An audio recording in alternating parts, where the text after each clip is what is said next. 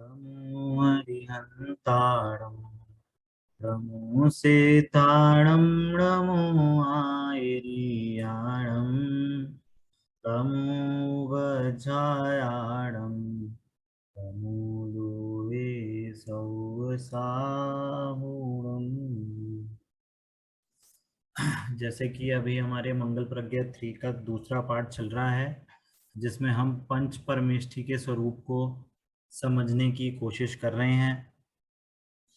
और अभी तक हमने ये समझा कि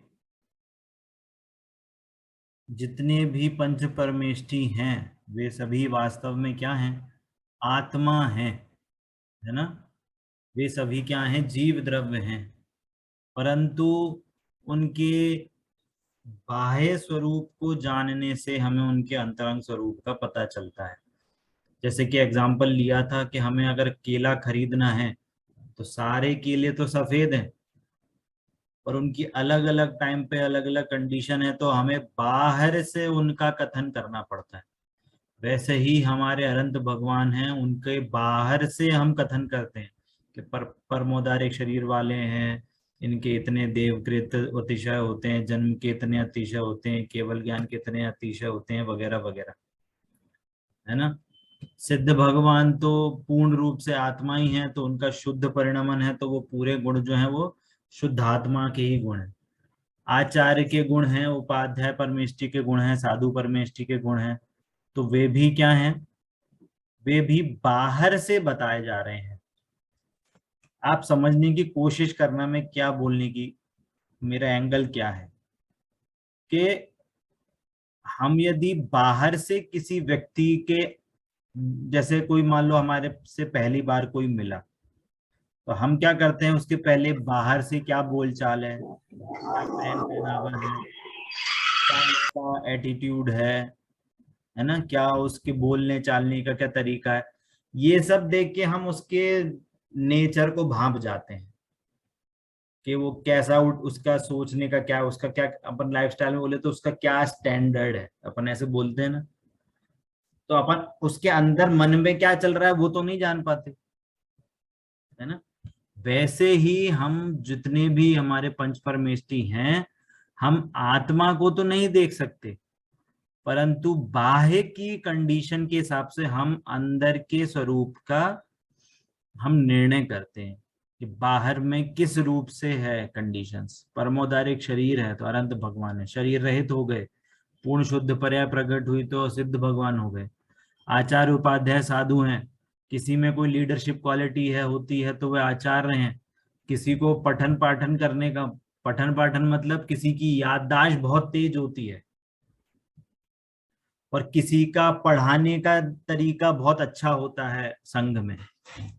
दोनों चीजें हैं, एक तो याददाश्त बहुत तेज है, पढ़ने का शौक बहुत होता है, और कोई ऐसे जीव भी होते हैं जिनको कोई समझाने की तरीके अलग अलग तरीके से पढ़ाते तो हैं, पर किसी का बहुत अच्छा तरीका होता है, लोग बहुत जल्दी समझ जाते हैं उससे। तो इन क्वालिटीज के कारण उनको उपाध्याय परमेष्ठी बनाया जाता है ना।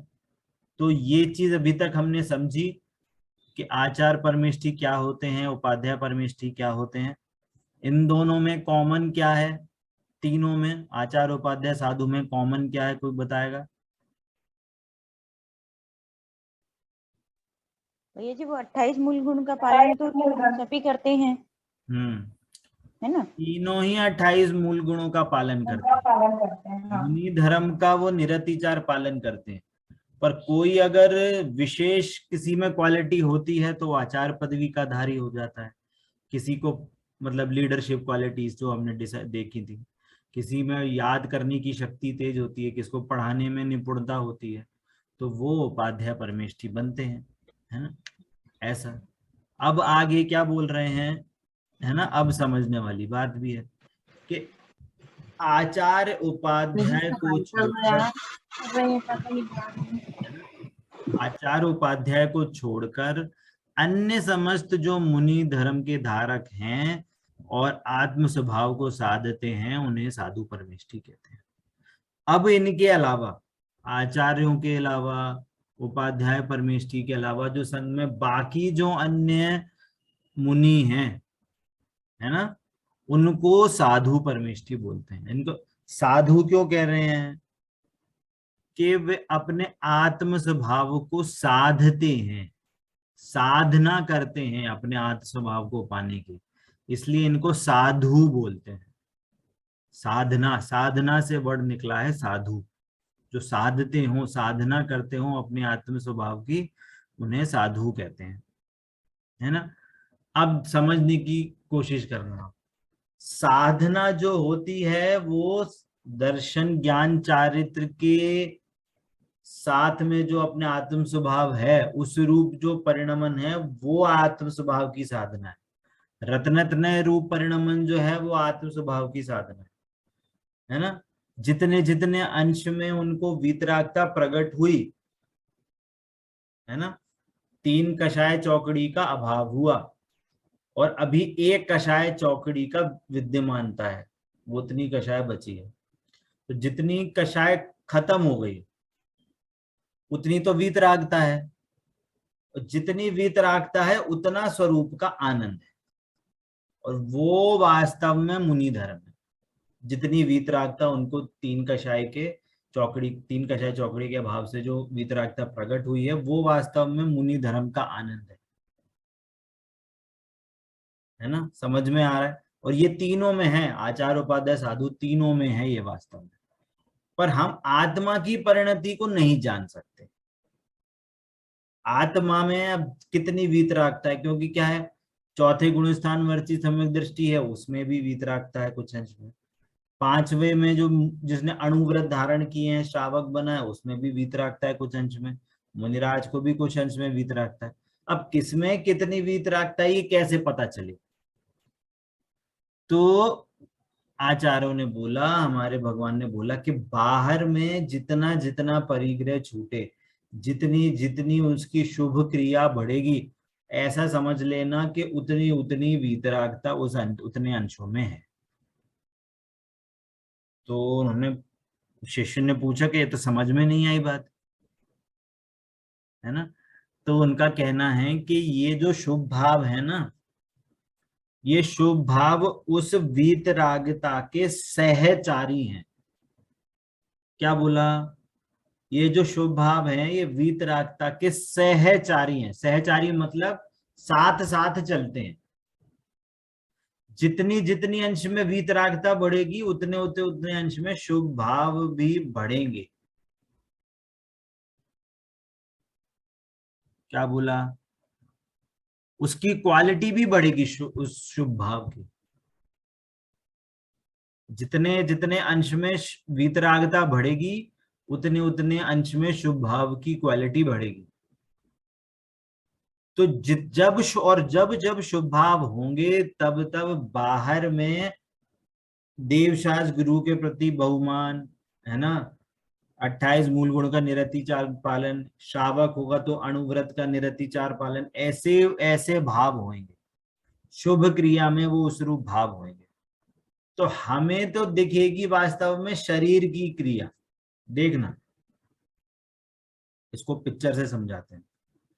क्या बोल रहे हैं कि मान लो हम अभी डिनोट करते हैं, क्या, इसको मैं भी सर्कल से डिनोट करता हूं, ये है आत्मा, ठीक है।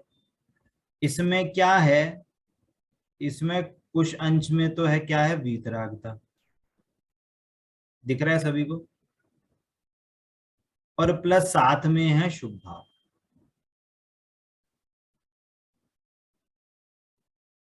ठीक है। अभी 2 चीजों को समझना, वीतरागता है तो वीतरागता से क्या होगा, ये मोक्ष मार्ग है। वीतरागता वास्तव में क्या है, ये मोक्ष मार्ग है। इससे मोक्ष चलता है, इससे कर्मों की निर्जरा होती है।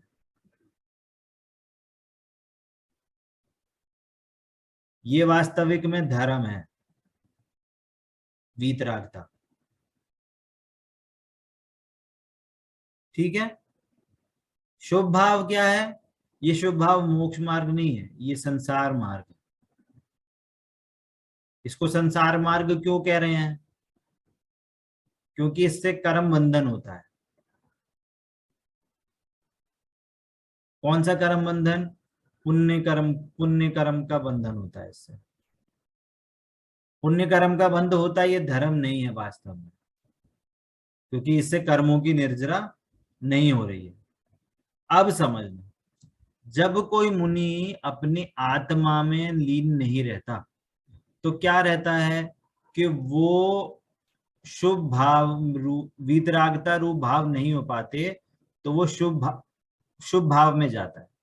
और जब शुभ भाव में आता है उसको लगता है नहीं मेरे को अच्छा नहीं लग रहा, मेरे को वापस से आत्म साधना करनी चाहिए, तो वापस से वीतराग भाव में जाता है। आना जाना आना जाना आना जाना ऐसा लगा रहता है मुनिराज को। और क्या कह रहे हैं, जब जब वीतरागता होगी तब तब ध्यान की स्थिति होगी, एकाग्र चित्त होकर ध्यान करेंगे। और जब जब शुभ भाव होंगे तो इसमें क्या होगा कि इसके साथ होंगे 28 मूल गुणों का पालन होगा। इसके साथ, किसके साथ? शुभ भाव के साथ, वीतरागता के साथ नहीं, ये शुभ भाव के साथ। इसमें कनेक्ट कर देता हूं। 28 गुणों का पालन होगा, ठीक है। 28 मूल गुण का पालन होगा तो क्या होगा? साथ में शरीर की क्रिया भी होगी।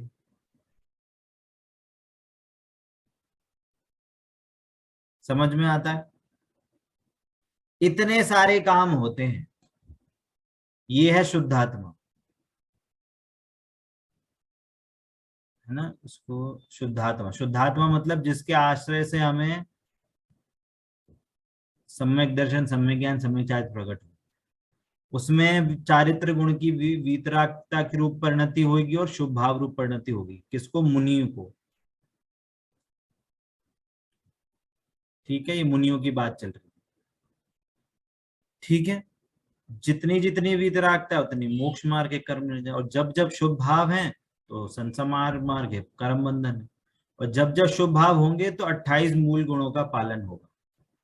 28 मूल गुणों का पालन मतलब चर्या कैसी होगी? हाथ दे के चलेंगे, कभी भी बोलेंगे तो हितमित प्रिय वचन बोलेंगे, है ना। आहार लेंगे तो अंजुलि में ही आहार लेंगे। तो जब ये लोग इस रूप जब भाव होंगे तो उसमें शरीर की क्रिया होगी उस रूप, जैसे मूल गुण का पालन हो रहा है। अब यहाँ क्या कह रहे हैं कि जैसी जैसी शरीर की क्रिया हमें पता चलेगी,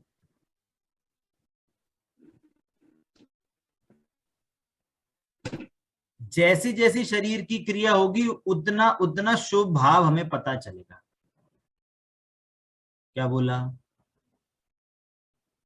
जैसी जैसी क्रिया होगी वैसा वैसा हमें अंदाजा पड़ेगा कि शुभ भाव कैसा है। और जिस क्वालिटी का शुभ भाव होगा उस शुभ भाव से हमें पता चलेगा कि वीतरागता कितने अंशों में है। समझ में आ रही है बात?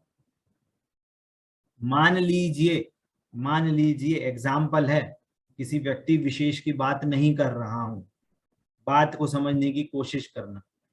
कोई ऐसा मुनि हो, क्या हो? मुनि हो, वो ऊपर देख के चल रहा है, अरे बढ़िया, कितना बढ़िया मौसम है, कितनी हरियाली है, ऐसे नीचे देख के नहीं चल रहा। तो शरीर की क्रिया कैसी चल रही है? ऊपर देखने रूप, ऐसे ऐसे करके चल रहे हैं, बातचीत करके चल रहे हैं, ऊपर ऊपर ऊपर देख के चल रहे हैं, अरे बढ़िया, कितने बढ़िया बादल हो रहे हैं, ऐसा हमको दिख रहा है कि वो ऐसे चल रहे हैं। तो उससे हमें क्या पता चलेगा कि वहां पे शुभ भाव है कि नहीं? वो शुभ भाव नहीं है। अगर शुभ भाव है तो बहुत लो क्वालिटी का शुभ भाव है, और लो क्वालिटी का शुभ भाव भी नहीं है, अशुभ भाव ही है वो। बाहर में रम रहा है, अरे ये कैसा है, ये देखो कितना अच्छा, कितना ये। तो उससे क्या पता चलेगा कि वीतरागता उनमें है कि नहीं है? तो ये डिनोट करे कि उनको वीतरागता नहीं है। ठीक है। अब मान लीजिए कि कोई निरतिचार देख के चल रहा है, कंटिन्यूअस चल रहा है, तो हमें क्या पता चल रहा है कि हाँ उनको इतना विवेक है कि नीचे किसी जीव का घात ना होवे, तो उनका शुभ भाव क्या है, दिख रहा है कि हाँ वो निरतिचार से चल रहे, और उससे हमें ये अंदाजा लगाना पड़ेगा कि अंदर में उनकी कितनी वितरकता है। ऐसा हो सकता है वो चल रहे हो परंतु साथ में कोई और मुनि हो या साथ में कोई शावक हो, उनसे चर्चा कर रहा हो, उनका 2-3 सेकंड इधर मन ऐसे लग जाए बात करने में और फिर एकदम से इधर आ जाए, तो हो सकता है वो कभी उस टाइम का थोड़े सेकंड के लिए अतिचार हो उनके लिए, कि उनका ध्यान भटक गया, तो उसका वो प्रायश्चित लेंगे, है ना, तो प्रायश्चित विधि से पूरी करेंगे। परंतु हमें ये समझना चाहिए कि बाहर के चीजों से भी हमें अंदर की चीजों का पता चल सकता है ना। ऐसे भी आती है ना पूजा की लाइन कि काया से भी प्रकट हो रहा अंतर्मन, ऐसे करके एक लाइन आती है कि बाहर क्रिया से भी अगर आप देखोगे तो उनके मुनिराज के अंतर मन की हमें स्थिति पता चलती है। ठीक है, क्लियर होता है सभी को? आगे क्या बोल रहे हैं कि बाह्य 28 मूल गुणों का अखंडित पालते हैं। जो मुनिराज होंगे वो 28 मूल गुणों का अखंड पालन करेंगे। अब इसमें अखंड पालन का मतलब ये नहीं है कि हर दिन 28 गुणों का पालन करना है।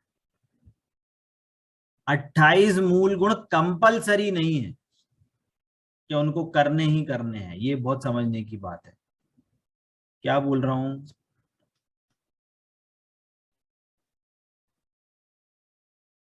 28 मूल गुण जो हैं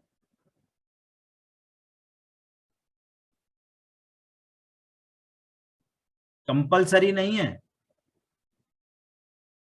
प्रतिदिन उनको पालन करना पड़े।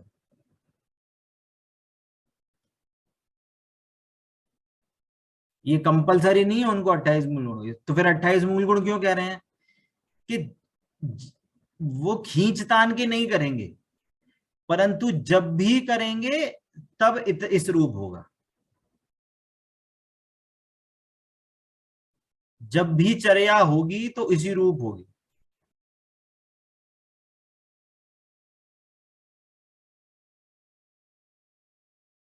समझ में आ रहा है? दोनों का मीनिंग समझ में आ रहा है? धर्मष्ठी जी आप एक जगह रख लो फोन, बहुत इधर उधर हिल रहा है फोन आपका। भैया जी, मतलब प्रतिदिन पालन कंपलसरी नहीं है। आपकी नहीं है, तरफ से हो रहा है कि मेरे तरफ से बार बार बंद हो रही है क्लास? आपका कोई नेट का इशू है, यहाँ पे तो कंटिन्यूअस चल रही है। अच्छा आपको अगर प्रॉब्लम हो रही है तो आप वीडियो ऑफ कर लो, उसमें कोई प्रॉब्लम नहीं है। ठीक है, क्लास बंद हो रही है बार बार मेरी। हाँ तो नेटवर्क इशू हो सकता है आपका, है ना। हाँ सीमा जी क्या पूछ रहे हैं आप वापस? ये कंपलसरी नहीं है कि इन 28 मूल हाँ गुणों अब का इसका प्रतिदिन पालन। कंपलसरी का मतलब ये है कि उनको एक एक ऐसा डिवाइडेशन नहीं है उनको कि अब इनको इस व्रत का पालन करना है, दोपहर में इस व्रत का पालन करना है, शाम को ये वाले आवश्यक पालने, इस टाइम पे ये कंपलसरी नहीं है उनको हर दिन का। अगर किसी उन मुनिराज को ध्यान में उनको आनंद आ रहा है तो पता चले 6-6 महीने तक आदिनाथ भगवान आनंद बने, तो 6 महीने के 28 गुणों का पालन नहीं हुआ, नहीं हुआ, कोई कोई किसी भी गुण का पालन नहीं हुआ। पर जब ध्यान से हटे और जब बाहर में जब चर्या करने गए तब 28 मूल गुणों का पालन हुआ। जब मन करेगा तब तब होगा, पर खींच तान के नहीं होगा। जरूरी नहीं है कि मुनिराज हर दिन बोले बोले, उनका मौन हो जाए, मान लो 1 हफ्ते का मौन है तो हितमित प्रिय वचन नहीं बोल रहे, तो अब कोई बोले भैया हितमित प्रिय वचन नहीं बोल रहे तो उनका वो एक गुण उनका दोष लग गया। ये कोई दोष नहीं लगा। जब बोलेंगे तब वो ऐसा बोलेंगे, जब नहीं बोलेंगे तो उनकी गुप्ती चल रही है, वो अपने आत्मा में ध्यान में लीन है, तो उनको कंपलसरी नहीं है कि उनको बोलना है हर दिन। बात समझ में आ रही है? मतलब ये 28 मूल गुण का मतलब इंग्लिश में ऐसा बोले तो ये मुनिराज का ड्रेस कोड है। समझ में आ रहा है? 28 मूल गुण क्या है? ये मुनिराज के, साधु परमेष्ठी के, ये इनके ड्रेस कोड है कि कभी भी मिलेंगे तो इन मूल गुणों को पालन करते हुए बाहर में मिलेंगे, कभी करेंगे तो, और नहीं करेंगे तो कोई कंपल्शन नहीं है, ये मीनिंग है। और एक भैया जी, ये आपने जो लाइन लिखी है, जब भी चर्या होगी तो इस रूप मतलब इस रूप मतलब ये 28 मूल गुण रूप होगी, अच्छा, उससे 28 से 29 नहीं होगी, हाँ है ना। हाँ। जरूरी नहीं है कि उनको एक्स्ट्रा 28 के 28 ही पालने, 4 ही पालें, 2 ही पालें, 1 ही पालें, जितने भी पालें, 10 पालें, 15 पालें, पर होंगी इस 28 गुणों के अंदर अंदर। और अगर वो अपने ध्यान में लीन है तो ध्यान में लीन है, तो कोई जरूरी नहीं है उनको पालना। अब भरत भरत भरत जी थे, उन्होंने मुनि दीक्षा ली, और मुनि दीक्षा ली और सीधे क्या कहते हैं, अंतर मुहूर्त में सीधे मोक्ष चले गए, तो उनका तो 28 मूल गुण का पालन ही नहीं हुआ। तो उनका पाले कि नहीं पाले, अरे पल गए। 28 मूल गुण पालना कंपलसरी नहीं है, सिद्ध भगवान बनना कंपलसरी है, मतलब नेसेसरी है, वो कंपलसरी नहीं है उनको पालन करना। बात समझ में आ रही है? क्लियर हो रहा है सभी को? कितने लोग हैं क्लास में? 1 2 3 4 5 6। जी भैया जी। चलिए बढ़िया, ठीक है, क्लियर हो रहा है सभी को। चलिए आगे चलते हैं। समस्त आरंभ और अंतरंग व परिरंग परिग्रह से रहित होते हैं, है ना। ये हमें बिल्कुल समझना चाहिए कि जितने भी मुनिराज हैं उनका समस्त रूप से परिग्रह का त्याग होता है। उनको मात्र अगर परिग्रह भी कहा जाएगा, वास्तव में देखा जाए तो सिर्फ कमंडल और पीछी, बस, और शरीर। नहीं, शास्त्र भैया, हाँ शास्त्र, हाँ केवल शास्त्र भी है, तीन बट चीज। वो चीज ये है कि वो कंपलसरी नहीं है। बट ये चीज ये है कि पीछी कमंडल के बिना उनकी चर्या नहीं हो सकती। शास्त्र चलो छूट भी सकता है, तो हाँ शास्त्र भी कह सकते हो। और तीन ही अगर तो उनकी है। एक्सट्रीमनेस भी कहो तो शरीर उनका परिग्रह है, बस, ज्यादा से ज्यादा, क्योंकि वो तो आत्मा है ना। मुनिराज क्या है? आत्मा है, तो उनको शरीर ही एक परिग्रह का है, तो वो भी शरीर उनको परिग्रह है, बस इतना परिग्रह है उनको। इसके अलावा जो एक्स्ट्रा चीजें होती हैं वो उनको परिग्रह में कहलाएगी, क्योंकि जो पीछी है वो उनकी शुद्धि का क्या कहते हैं, उपकरण है। पीछी साफ, तो भैया जी जीव हिंसा नहीं हाँ होगा, वही हिंसा का। अहिंसा का है, और सॉरी हाँ, ये और पीछी है वो अहिंसा कमंडल का है, उपकरण है। और जो कमंडली है वो शुद्धि का उपकरण वो सब। है ना। कि जैसे कहीं गर्म से ठंडे में आ रहे हैं, धूप से छांव में आ रहे हैं, तो पूरे अपने शरीर की पीछी से परिमार्जन करेंगे फिर बैठे। कहीं बैठ रहे हैं तो पीछी से साफ करके फिर बैठेंगे। वापस से ठंडे से गर्म में जा रहे हैं तो वापस से शरीर को साफ करेंगे। क्यों साफ करेंगे? कि कोई जीव अगर ठंडे से गर्म में जा रहा है तो वो उससे उसकी हिंसा नहीं हो जाए। अगर कोई गर्म से ठंडे में आ रहा है तो उस टाइम कोई जीव की हिंसा नहीं हो जाए, है ना। इस रूप से उनकी ये सारे उपकरण होते हैं। इनके अलावा कोई अगर उपकरण होगा तो वो उनको परिग्रह में कहलाएगा। ठीक है, आगे क्या बोल रहे हैं? सदा ज्ञान ध्यान में लवलीन रहते हैं, सांसारिक प्रपंचों से सदा दूर रहते हैं, उन्हें साधु परमेष्ठी कहते हैं। जैसे कि पहले बोला था कि जितने भी पुराने हम आचार्य संघों की हम जितनी भी कहानियां पढ़ते हैं, हमारे जितने गुरु हैं, शास्त्र लिखे हैं जिन्होंने भी, हमने सभी ने देखा है कि ये सभी जीव, भैया जी म्यूट कर दो, हाँ ये सभी आवाज है। जी, सभी मुनिराज रहते हैं, ये संसारिक चीजों से दूर रहते हैं। शहर में नहीं रहते, शहर से बाहर रहते थे जंगलों में, पर आज की कंडीशन के हिसाब से उनको, ठीक है, धर्मशालाएं वगैरह मंदिरों में उनको रहना पड़ रहा है, परंतु वहां रहते हुए भी उनको सांसारिक प्रपंचों से उनको दूर उनका रहने का मन होता है, कि वो श्रावकों से ज्यादा नहीं मिलते, उनके साथ ज्यादा उपयोग नहीं भ्रमाते, और सांसारिक चीजों से बिल्कुल दूर रहते हैं। कि किसी का क्या बिजनेस चल रहा है, तुम्हारी घर में क्या चल रहा है, इनके घर में इसकी शादी हो गई वगैरह वगैरह, ये फालतू की बातें मुनिराज नहीं करते। ज्यादा से ज्यादा बात करेंगे कि आपकी धर्म साधना कैसी चल रही है, आपके व्रत संयम आदि कैसे चल रहे हैं, आपका धर्म के प्रति रुझान बढ़ रहा है नहीं बढ़ रहा है, कोई शंका समाधान हो किसी गाथा की या किसी शास्त्र की तो वो चर्चा करेंगे, है ना। बाकी सांसारिक चीजों की कुछ भी चर्चा नहीं करते, ठीक है, क्योंकि उनको टाइम बहुत इंपॉर्टेंट है, उनकी एनर्जी बहुत इंपॉर्टेंट है, उनको अपना पूरी एनर्जी उनको अपने स्वभाव को जानने रमजाने में लगता है, और वो अगर बाहर में लगाएंगे तो वो उनकी वेस्ट ऑफ एनर्जी है, वो घाटे का सौदा है ना। क्योंकि सांसारिक चीजों में उपयोग लगाना वो वास्तव में देखा जाए तो पाप बंध का कारण है। तत्व चर्चा धर्म सभा में उपयोग लगाना ये पुण्य बंध का कारण है, और वास्तव में मुनिराज ने सर्व पापों का त्याग कर दिया है, इसलिए उनको सांसारिक प्रपंचों से वो दूर रहते हैं। ठीक है, क्लियर होता है सभी को।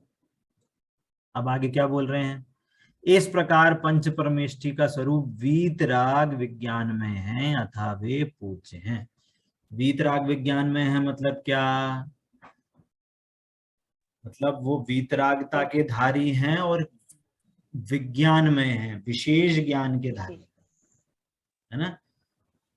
अनंत भगवान सिद्ध भगवान को पूर्ण वीतरागता हो गई, उनको पूर्ण पूर्ण एकदम शुद्ध ज्ञान कहें, केवल ज्ञान प्रकट हो चुका है। तो अनंत सिद्ध भगवान तो पूर्ण वीतरागता और पूर्ण ज्ञान के धारी, और जो आचार्य उपाध्याय साधु हैं वो कुछ अंश में वीतरागता के धारी हैं, और उनको सम्यक ज्ञान हुआ है, आत्मा का भान हुआ है, आत्मा के स्वभाव को ही साध रहे हैं, आत्मा में ही लीन रहते हैं, तो उनको भी कुछ अंश में सम्यक ज्ञान जो प्रकट हुआ है वो भी विज्ञान में है, भेद विज्ञान सहित है ना। तो उनको भी वीतराग विज्ञानता उनको भी प्रकट है। ठीक है, तो कोई क्वेश्चन आए कि 5 परमेष्ठियों में कितने में वीतराग विज्ञानता प्रकट है, कि सारे 5 परमेष्ठियों में वीतराग विज्ञानता है। आचार्य उपाध्याय साधु में 5 कुछ अंश में है, और अरहंत और सिद्ध भगवान को पूर्णता प्रकट हो चुका है।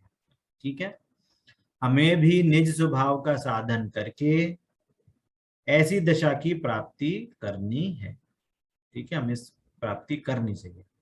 इसके बाद पंडित टोडरमल जी का एक बहुत ही अच्छा, एक कहना चाहिए 4 लाइनों की एक स्तुति कह लो, वंदना कह लो, है ना, बहुत अच्छी है ये।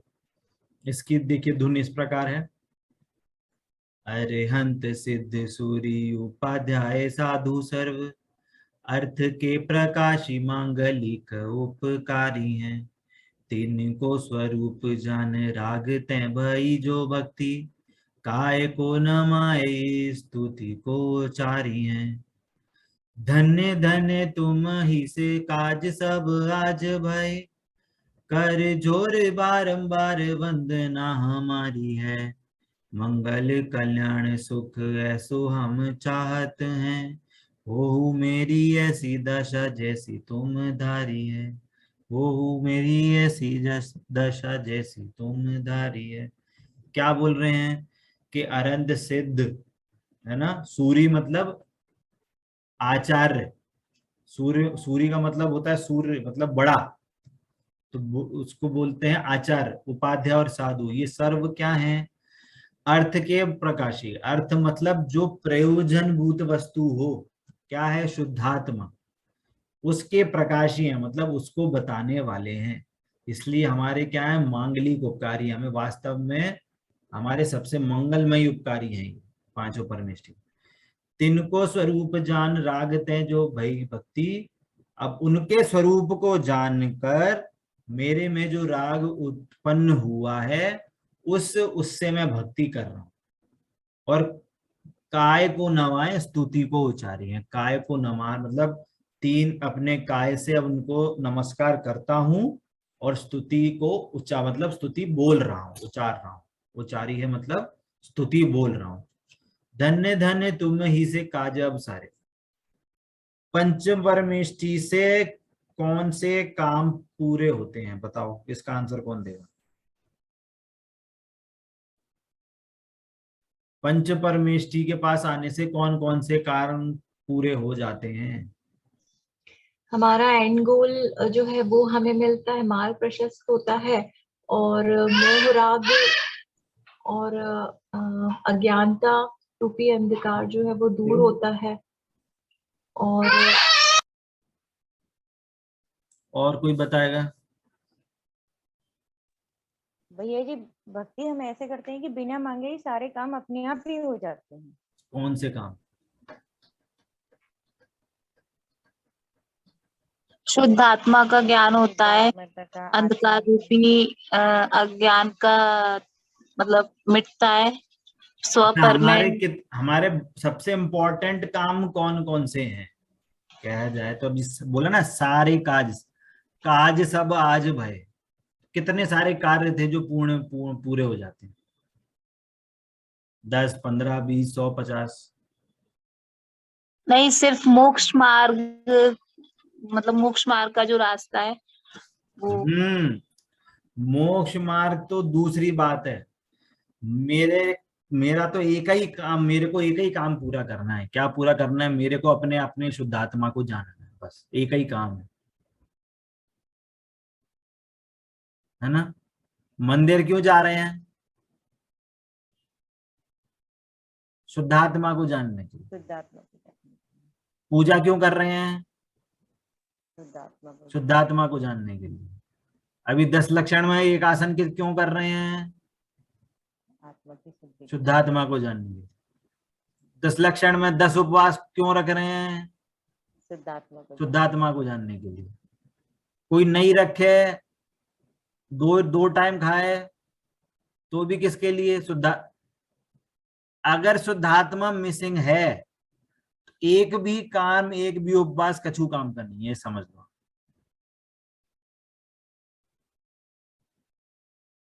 एक भी काम यदि आपको ऐसा लग रहा है कि हम, मेरे को पुण्य हो जाएगा, मैं उसमें चला जाऊंगा, देवगति में चला जाऊंगा, वहां पे बढ़िया आनंद मिलेगा, कोई इफेक्ट नहीं है, जीरो, नील। कुछ फल नहीं मिलने वाला उसका। माया मतलब व्रत करके भी आप यदि माया, ये क्या है? लोभ कषाय है। व्रत करना आपको कषाय घटाने के लिए था, कषाय कम करने के लिए व्रत करना था। आपने कषाय करी अपनी लोभ कषाय बढ़ा के, तो कुछ फल नहीं मिलेगा। अभी जो हम 10 लक्षण अभी आने वाले हैं परसों से, नसों से, तो हमेशा आप हर दिन ये लक्ष्य बनाना कि आज हम मंदिर जा रहे हैं, आज हम स्वाध्याय कर रहे हैं, आज हम क्लास में बैठ रहे हैं, हम गुरुओं के साथ बैठ रहे हैं, भक्ति कर रहे हैं, पूजा कर रहे हैं, तो क्या हमारे को कुछ जीवन में ऐड हुआ क्या? अकेला वो उदक चंदन करके 10 अर्घ चढ़ा के 4 पूजन करना ये धर्म नहीं है। आपके ज्ञान में, आपकी श्रद्धा में, आपके आचरण में क्या चीज ऐड हुई, वो वास्तव में कार्यकारी बनेगा। आप भले ही 4 की जगह 2 पूजा करो, 4 की जगह 1 पूजा करो, पर भाव से करो। आपको भगवान का स्वरूप पता चले, जिसमें पंच परमेष्टि का स्वरूप पता चले, जिस पूजा से आपको आपकी आत्मा के समीप ले जाने में आपको जो हेल्प करे, तो वो कार्यकारी होगा। तो अब क्या बोल रहे हैं कि धन्य धन्य तुम ही से काज अब साथ हुए। कौन से काज थे भैया? एक ही काज है कि मेरे को अपनी आत्मा को जानना। तो जब भगवान के पास आए, तो जब आत्मा को जान लिया ना, तो अब सारे काम हो गए। क्यों हो गए सारे काम? कि जब आत्मा को जाना ना, तो इतनी निश्चिंता प्रकट हो गई कि बाहर में कुछ भी होता रहे, टेंशन फ्री रहेगा। अब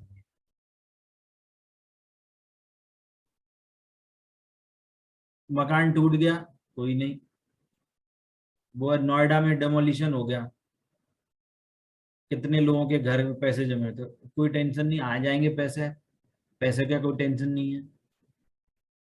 बारिश हो रही है, अरे इतनी बारिश हो रही है, कपड़े गीले हो गए। हाँ, कपड़े तो गीले हुए, हम थोड़ी गीले हुए, हम तो गीले हो ही नहीं सकते। वो जिसको आत्मा का श्रद्धान हो जाता है, वो उसकी दुनिया ही अलग हो जाती है, उसके सारे काम सध जाते हैं, उसको कोई भी काम ऐसा नहीं लगता कि जो सधने वाला नहीं हो, सारे काम अपने आप कर्माधीन होते हैं उसको क्योंकि कर्म फिलॉसफी का उसको पूर्ण रूप से श्रद्धान हो जाता है, उसको तीव्र पुण्य बंधता है क्योंकि पाप भाव छूट जाते हैं। तो जो पुण्य बंधता है उससे सारे काम अपने आप होते हैं, उसको बाहर करने नहीं पड़ते, है ना। अब जब सारे काम हो गए, मेरे को अपना आत्मा पता चल गया, तो क्या बोल रहे हैं, कर जोर बारंबार वंदना हमारी है। बार बार आपके सामने झुककर हाथ जोड़कर बार बार आपको हम आपकी वंदना करते हैं, आपको नमस्कार करते हैं। मंगल कल्याण सुख ऐसो हम चाहते हैं, जैसे आपका कल्याण हुआ, जैसे आप मंगलमयी सुख का अनुभव कर रहे हो, ऐसा कल्याण हम अपने लिए भी चाहते हैं। हम भी अपने को मोक्ष पाने के लिए हमें भी इच्छुक हो रहे हैं। तो जैसी आपकी दशा हुई है वैसी मेरी भी दशा हो, ऐसी हम यहाँ से आपसे भावना कर रहे हैं। तो अकेला इस भावना करने से भावना का फल मिलेगा क्या? रोज जाएं हम इस तो 4 लाइन पढ़े और हमको मोक्ष हो जाएगा क्या? नहीं होगा। भावना तो ठीक है, पर भावना क्या है, भावना वर्क मांगती है, रिजल्ट मांगती है। अब बच्चा भावना करते रहे भगवान के पास, क्या बोले, भगवान मेरे को पास करा देना, भगवान मेरे को 90% दिला देना, भगवान मेरे को 90% दिला देना। तो पढ़ाई करे नहीं, 90% आ जाएंगे? वैसे हम भगवान के पास रोज जाएं, पूजा चढ़ाएं, भैया जन्मजरा में निर्वामिति स्वाहा, जन्मजरा का नाश होए। किसी को काम बाण दन सुनाए, पुष्पम निर्वामिति स्वाहा, काम भाव का नाश होए। अष्ट कर्म देना है, धूपम निर्वामिति स्वाहा, धूप कितनी बार खेई है, कितने कर्म का नाश हो गए? कितने भी नहीं हुए। क्यों नहीं हुए? क्यों नहीं हुए, कौन बताएगा? क्योंकि उस रूप कार्य नहीं किया, खाली बोलने से थोड़ी होगा। अपने कर्मों का क्षय तो करो। कैसे होगा? हाँ जी, क्या बोला था सीमा जी आपने कि काम तो करना पड़ेगा? कौन सा काम करना पड़ेगा? शास्त्र पढ़ने पड़ेंगे, उसमें अपने जो कसाय है उनको कम करना पड़ेगा, 5 पाप वगैरह जो भी कैसे कसाय कैसे कम होंगे? अपने भावों को शुद्ध करेंगे। कैसे? पढ़ के, सुन के, क्या पढ़ के? शास्त्रों को पढ़ के। शास्त्रों को पढ़ के कसाय का नाश हो जाएगा? अध्याय करेंगे, सीखेंगे, समझेंगे उस चीजों को। आत्मा जब तक खड़ी नहीं है, हाँ, आत्मा का जब तक श्रद्धा नहीं होगा तब तक कषाय खत्म नहीं होंगी। शास्त्रों को पढ़ने से भी नहीं होंगी।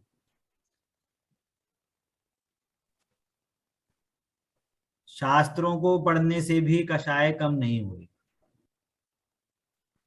हम अपनी आत्मा को जब भी तो शुद्ध होगा भैया, कि हम उन चीजों को समझेंगे। हाँ, मैं क्या बोल रहा हूँ, जैसे वो होता है ना स्कूल में, एक तो होती है थ्योरी, थ्योरी से वो करा दिया, क्या इक्वेशन पढ़ा दी, क्या पढ़ा दी, H2SO4 प्लस क्या CaOH, उसकी रिएक्शन करी, CaOH होल ट्वाइस, उसकी क्या बन गया, कैल्शियम सल्फेट बन गया और H2O बन गया, है ना। कुछ ऐसी ऐसी चीजें बन गई केमिकल रिएक्शन में। अब इसको रट लो। नहीं, रटने से नहीं भैया जी, जब तक हम समझेंगे। बात तो समझो, उसको पूरी याद हो गई एकदम, ये ऐसा हुआ, इसमें ये रिएक्शन हुई, ये इसके साथ सॉल्ट बन गया, ये इधर H2O बन गया, वगैरह वगैरह। अब उसको सामने लेके आए तो उसको सामने कुछ पता ही नहीं चले क्या हो रहा है। जब तक प्रैक्टिकल नहीं होगा तब तक वो थ्योरी कार्यकारी नहीं है। तो अपनी आत्मा के अंदर वैसे ही अगर हम जितना भी शास्त्रों को रट लें, कितनी भी गाथाएं याद कर लें, कितना भी समझ लें, वो कार्यकारी नहीं है।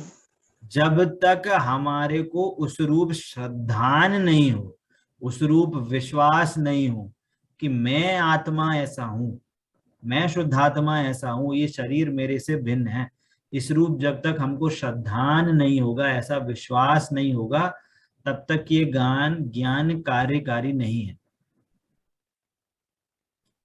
और कितनी भी हमारे व्रत नियम संयम हो जाए, आत्मा का लक्ष्य नहीं है तो वो व्रत नियम संयम भी कार्यकारी नहीं है। आत्मा खड़ा होना चाहिए, आत्मा का विश्वास है तो वो सारे ज्ञान, शास्त्र ज्ञान कहो, चर्या कहो, आपके व्रत नियम संयम कहो, पूजा कहो, भक्ति कहो, वो सब कार्यकारी कहलाएंगे, है ना। तो यहाँ के हमारे पंच परमेष्ठी का जो चैप्टर है, हमारे को यहाँ से ये सीख लेके जानी है कि हमको पंच परमेष्ठी का स्वरूप समझ के हमें उनके साथ साथ अपनी आत्मा का स्वरूप भी हमको समझना है। हमने ये पांच परमेष्ठी का स्वरूप तो समझा, पर उसका हमने औचित्य प्रयोजन क्या निकाला, उसका एंड रिजल्ट क्या निकला। एंड रिजल्ट ये निकलना चाहिए कि हमें अपनी आत्मा का श्रद्धान हो, हमें अपनी आत्मा का स्वरूप पता चले। हमें अपनी आत्मा का स्वरूप पता नहीं चल पा रहा तो हमें उस रास्ते में चलना है कि जिससे हमारी आत्मा का स्वरूप पता चलेगा। समझ में आ रही है बात, है ना।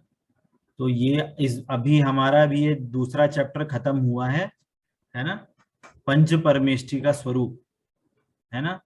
इसके बाद आपका चैप्टर है अष्टमूल गुण, है ना।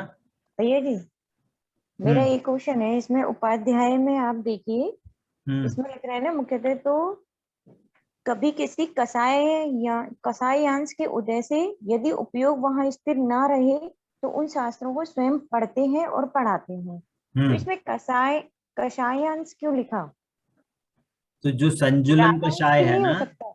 संजुलन कषाय जो रूप बची है, उस कषाय के उदय होने पे, कि जब आत्मा में लीन नहीं हो पा रहे और संजुलन कषाय का उदय आवे तो वो आत्म ध्यान में लीन नहीं होने देती, उसकी उग्रता तो होती। फिर राग को कहा है इसमें हाँ एक ही, राग का हो कषाय का हो एक ही बात है ना। हाँ क्योंकि सभी होते हैं कि और कषाय है वो दोनों रूप होती है, राग रूप भी होती है, द्वेष रूप भी होती है। कषाय का हो राग का हो एक ही समानार्थी वर्ड है ना। समझ एक में और आता? क्वेश्चन था भैया जी, हाँ आपने जो हमको बताई थी 9, जैसे ज्ञानावरणी वगैरह कर्म के उदय से जो शुद्ध पर्याय होती है, तो इसमें जैसे छायिक दर्शन मोहिनी से तो छायिक सम्यक,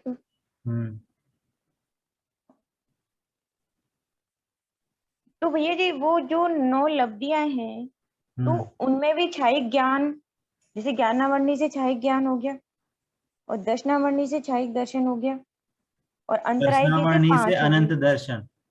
हाँ अनंत दर्शन, दर्शनावरणी से छायिक दर्शन, तो उसमें अनंत और एक छायिक एक ही है शब्द? अनंत दर्शन एक चीज है, छायिक सम्यक तो अलग चीज है। सम्यक तो नहीं, छायिक ज्ञान और अनंत ज्ञान। हाँ छायिक ज्ञान कहो अनंत ज्ञान कहो एक ही बात है ना, एक ही बात है ना। तो इसमें जैसे अनंत अंतराय के 6 से इसमें 5 बताए हैं, छायिक, दान, लाभ, भोग और उपभोग और वीर, है ना। तो इसमें आपने एक ही बताया है, जैसे क्या अंतराय के कर्म से ये इवेंचुअली वो अनंत वीर्य गुण ही है। दान लाभ भोग उपभोग तो बाहर से कहा जाता है, पर वो इफेक्ट वीर्य गुण पे डालता है आत्मा के। नहीं तो फिर इनको तो नहीं, जैसे मैंने आज पढ़ा था भैया जी, तो इनको 9 लब्धियां बोलते हैं। 9 लब्धि अलग चीज है, वो अभी यहाँ से उससे कंफ्यूज नहीं करो आप अभी। जो मुझे थोड़ा सा हो रहा है भैया जी, जैसे ये 9 लब्धियां इसको हुई। अलग से करेंगे, बाकी लोग कंफ्यूज हो जाएंगे नहीं तो। अच्छा अच्छा, ठीक है आप और ये अलग से फिर इनको 9 बोलेंगे क्या? 8, जैसे 8 ही तो होते हैं भैया जी, आपने इसमें 2 बताती ना, चारित्र मोहिनी और वेदनीय। 8 गुण बताए अव्ययवाद। हैं, 8 गुणों में, उन 8 गुणों में 9 शुद्ध पर्याय इंक्लूडेड हैं, हाँ ये बोल रहा हूँ। 9 शुद्ध पर्याय बताइए आप। ठीक है ना, ऐसा। ठीक है, तो ये हमारा इस बार ये दूसरा चैप्टर हमारा यहाँ खत्म होता है ना, पंच परमेष्टि का स्वरूप। इसके आगे आपके जैनी के अष्टमूल गुण, ये चैप्टर है आपका, है ना। ये चैप्टर आपको 10 लक्षण में पूरा पढ़ के रखना है ना। और इसके नेक्स्ट चैप्टर इंद्रियां, है ना, सॉरी नेक्स्ट चैप्टर नहीं, आपको चैप्टर 3 और चैप्टर 5 भक्ष भक्ष, इसकी रीडिंग करके रखनी है आपको। जैनियों के अष्टमूल गुण और भक्ष भक्ष, इसकी रीडिंग करके रखनी है। जब 10 लक्षण के बाद हमारी क्लास होगी, इसके हम सिर्फ ऊपर ऊपर रीडिंग करेंगे, और अगर किसी का क्वेश्चन होगा तो मैं उन क्वेश्चंस को हम डिस्कस करेंगे। ठीक है, क्लियर है सभी को। और जैसा भी मेरे को टाइम मिलेगा तो इन चैप्टर के नोट्स मैं आपको, जैसे मैं अभी नोट्स दे रहा हूँ, उनको रिटन फॉर्म में वो मैं आपको दे दूंगा। जिसको भी कोई क्वेश्चन होगा तो हम इसको, जब भी नेक्स्ट हमारी क्लास होगी उसमें हम उस क्वेश्चन को ले लेंगे। ठीक है, किसी को और कोई डाउट है? इसका पीडीएफ भेज दीजिएगा, बुक अभी आई नहीं है। अच्छा ठीक है, मैं पीडीएफ भेज दूंगा। ठीक है भैया की बुक हम मुझे तो आ गई। ठीक ठीक, फिर फोटो कॉपी भी करा ली थी। हाँ उन्होंने प्रिंट करा ली है वैसे। बाकी मैं बोलूंगा कि आप लोग भी, जो अगर बुक नहीं है किसी के पास, तो आप उसकी प्रिंट आउट करा लो, आपको आगे भी काम में आएगी। और चाहें तो आप इनका फोल्डर भी बना के रखें, आपको हाँ। कभी चैप्टर आप उस पे कोई नोट्स बना रहे हैं, कुछ कर रहे हैं, तो वो पेपर आपके आगे काम में आएंगे, है ना, इसी ऐसा। में ठीक है, चलिए क्लास यहीं एंड करते हैं। जिन वाणी के ज्ञान से सूझे लोकालो, सो वाणी मस्तक नमो सदा देखो। बोले द्वाचान में जिनवाणी माता की जय हो, जय हो। अहिंसा में जैन धर्म की जय हो, जय हो। जय हो। जय जिनेन्द्र जय जिनेन्द्र सतगुरु। भैया जी, जय जिनेन्द्र सभी को। जी।